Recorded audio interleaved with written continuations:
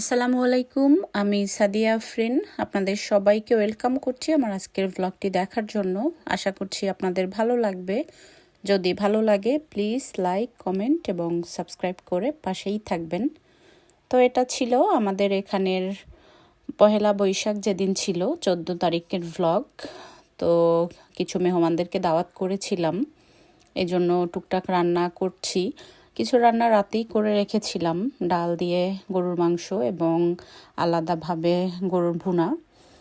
তো এগুলো রান্না করে রেখেছি, যেহেতু এখানে কোনো হেল্পিং হ্যান্ড নেই, একা একা টুকটাক করতে হয় সব কিছুই, এই জন্য আগেই গুছিয়ে নিয়েছি। তো একটু এলোমেলোই সব কিছু। আর এদিকে আমি কিছু রূপচাঁদা মাছ ভিজিয়ে নিয়েছি আর ভিজিয়ে কেটে নিচ্ছি। এগুলো ফ্রাই করব আর অন্য অন্য টুকটাক জিনিসপত্র।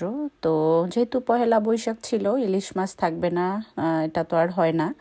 তো সাথে ইলিশ মাছও নিয়ে নিয়েছিলাম। তো ইলিশ মাছগুলো আমি হলুদ দিয়ে মাখিয়ে এটাকে আমি ফ্রাই করে নেব।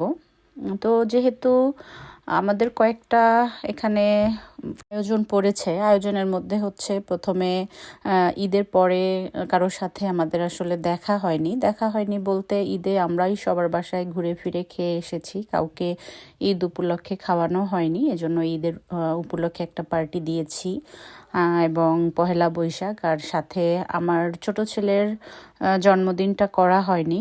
ও খুব রিকোয়েস্ট করছিল কিছুদিন পর্যন্ত যে ও কেক কাটবে। তো যেহেতু চিন্তা করলাম মেহমান আসবে, এই উপলক্ষে কেকটাও কেটে ফেলি। এই জন্য আসলে 3-4টা উপলক্ষ নিয়েই আয়োজনটা করা। আর এখানে আমি আস্তে আস্তে সব কিছু করে নিয়েছি অফ ক্যামেরায়, টুকটাক কাজ। মাছটাও ফ্রাই হয়ে গিয়েছে, তো কিছু ভর্তা বানিয়ে নিচ্ছি। ভর্তা সবাই পছন্দ করে, আমরা বাংলাদেশি যারা আছি সবাই ভর্তা পছন্দ করি। তো ভর্তাও বানিয়ে নিয়েছি। তো অফ ক্যামেরায় টুকটাক সব কাজই করে নিয়েছি। আর এদিকে মেহমান আসার সময়ও হয়ে গিয়েছে, আমি ঘরটা একটু গুছিয়ে নিচ্ছি। আর দেখা যায় অনেক সময় মেহমান আসলে গল্প করা, কথা বলা, তাদেরকে আপ্যায়ন করা, সব কিছু মিলিয়ে আসলে ওইভাবে ভিডিও করাও হয় না। তো যাই হোক, আমি টুকটাক সব কিছু গুছিয়ে নিচ্ছি। সব কিছু গুছিয়ে নিয়ে এরপর রেডি হতে হবে, এরপর মেহমানদের জন্য ওয়েট করব আর কি। তো যাই হোক, গার্ডেনটা পরিষ্কার করেছি, হ্যাঁ এটার একটা ভিডিও করে রেখেছি অলরেডি, এটাও শেয়ার করব আপনাদের সাথে। তো আমার হাজবেন্ড সব কিছু পরিষ্কার পরিচ্ছন্ন করে সুন্দর করেই রেখেছিল, এর মধ্যে একটু বৃষ্টিও হয়েছে। আর এদিকে বৃষ্টির সাথে বাতাস, কেউ বাইরে বসবে কি না জানি না। তো আমার হাজবেন্ড বলছিল পরিষ্কার করে রাখি, মেহমানরা আসলে বাইরে বসতে পারবে, যেহেতু রোদ উঠলে বাইরে বসে চা নাস্তা খেতে অনেকেই পছন্দ করে, ভালোও লাগে। তো যাই হোক, এই তো আমি টুকটাক গুছিয়ে নিচ্ছি, বাচ্চাদেরও রেডি করিয়ে দিচ্ছি মেহমান আসবে জন্য। তো কিছু মেহমান আমার অলরেডি চলে এসেছে আর আমি এদিকে মেহমানদের জন্য স্ন্যাক্সের ব্যবস্থা করছি, চা নাস্তার ব্যবস্থা।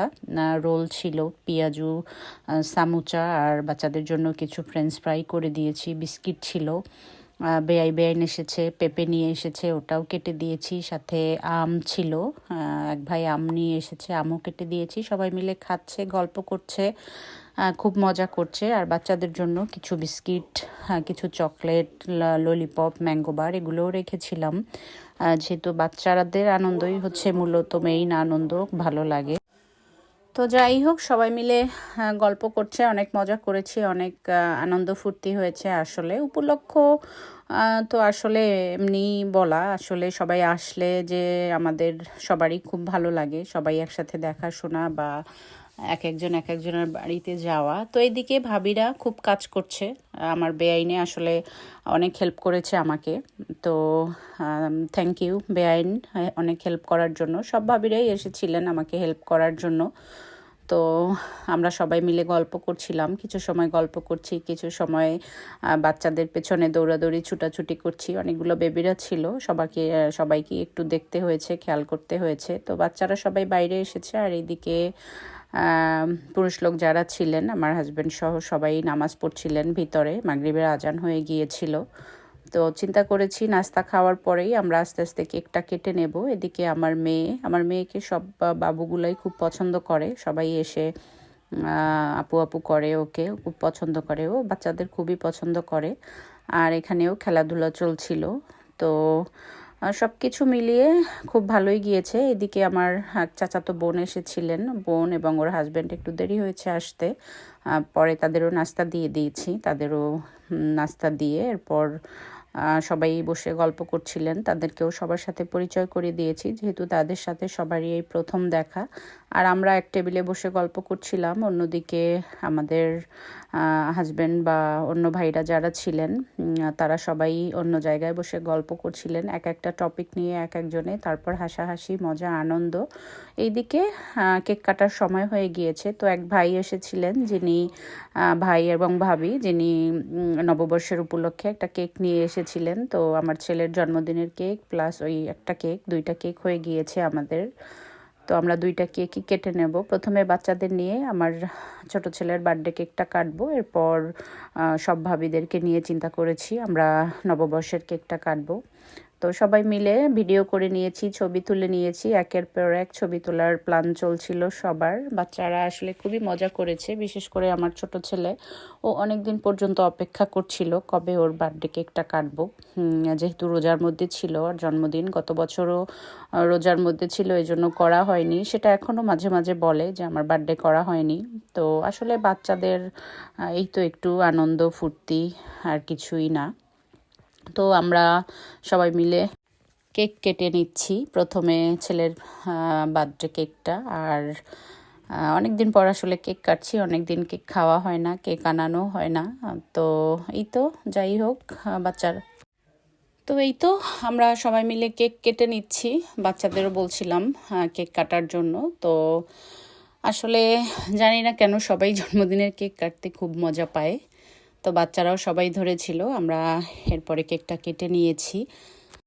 তো অনেক দিন পর ছেলের ইচ্ছাটা পূরণ হলো, অনেক দিন বলছিল যে 1 মাস হয়ে গিয়েছে, ওর মার্চ মাসের 18 তারিখে ওর বার্থডে ছিল, প্রায় এপ্রিলের 18 তারিখও এসে গিয়েছে। তো 1 মাস প্রায় হয়ে গিয়েছে, কেক কাটা হয়নি। অপেক্ষা করছিলাম আসলে স্কুলটা কবে বন্ধ হবে এবং সবাইকে দাওয়াত করতে পারবো।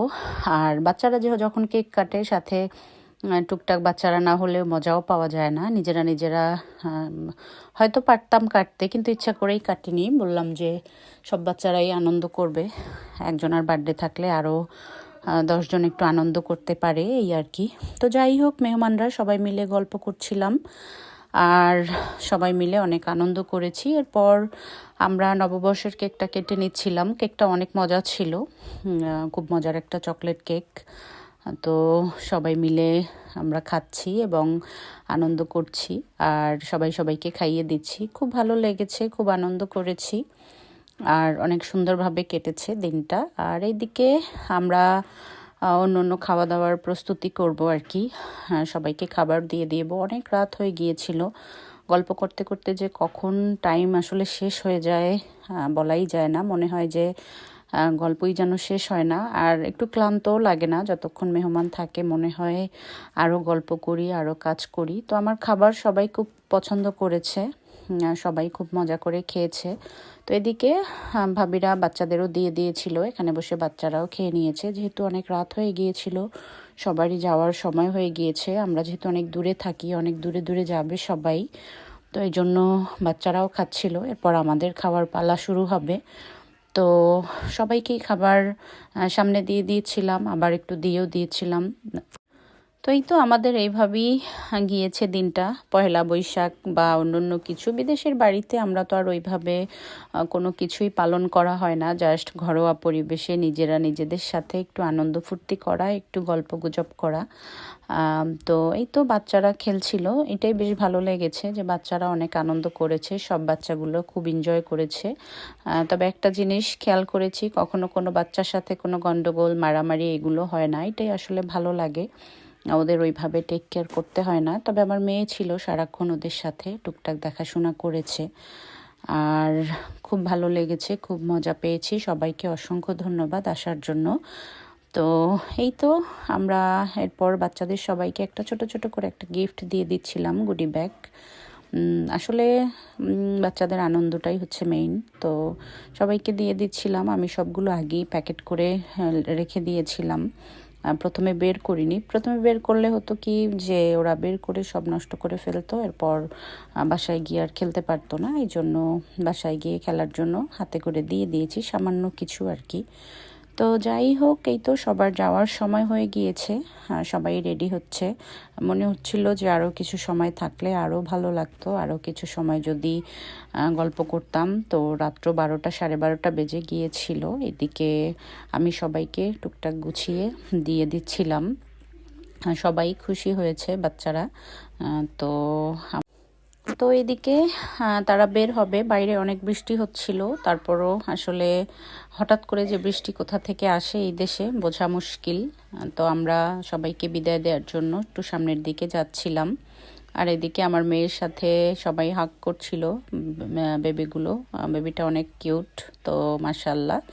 এদিকে আমার ছেলের কাছ থেকেও সবাই বিদায় নিচ্ছিল এবং সবাই ওকে উইশ করছিল। তো যাই হোক, এই তো বের হয়েছে সবাই। একেবারে ঘুটঘুটা অন্ধকার হয়ে গিয়েছে বাইরে, যেহেতু বৃষ্টি ছিল। বৃষ্টির মধ্যে সবাই এক এক করে বের হয়েছে, আর আমরাও তাদেরকে বিদায় দিচ্ছিলাম। আর দু একজন আবার ছিল পরে, আমার বোন কিছু সময় ছিল ওর সাথে, কিছু সময় আবার গল্প করে পরে ওদেরকেও বিদায় দিয়েছি। তো এরা চলে যাচ্ছিল, এদেরকে আমরা বিদায় দিয়ে ঘরে চলে এসেছি। তো যাই হোক, এটা হচ্ছে পরদিন সকালবেলা। আমি সব কিছু গুছিয়ে নেব। একেবারে ঘরটা পুরো এলোমেলো হয়ে আছে, রাতে আর তেমন কিছু করা হয়নি। তো যেহেতু পহেলা বৈশাখ পান্তা ইলিশ খাওয়া হয়নি, আমি পরের দিন ইলিশ মাছ ভর্তা নিয়ে পান্তা ভাত নিয়ে বসেছি। এটা খাবো, অনেক বছর খাওয়া হয় না, অনেক দিন পান্তা ভাত খাই না। তো যাই হোক, এই তো আমি ইলিশ মাছ দিয়ে বেছে বেছে খাচ্ছি খুব সতর্কতার সাথে। আর সাথে ভর্তা নিয়েছি, বেশ মজা ছিল, বেশ মজাই হয়েছে। অনেক দিন হয়েছে পান্তা ভাত আসলে খাওয়া হয় না, শখ করে তো খাচ্ছি। তো যাই হোক, আমার ছেলে কিছু গিফট পেয়েছে, এগুলো ঠিক করে দিচ্ছি। আর এই ফাঁকে আপনাদের কাছ থেকে বিদায় নিয়ে নেই। ভালো থাকবেন সবাই, সবাইকে শুভ নববর্ষ, নববর্ষের অসংখ্য শুভেচ্ছা জানিয়ে আজকের মতো শেষ করছি। আল্লাহ হাফেজ।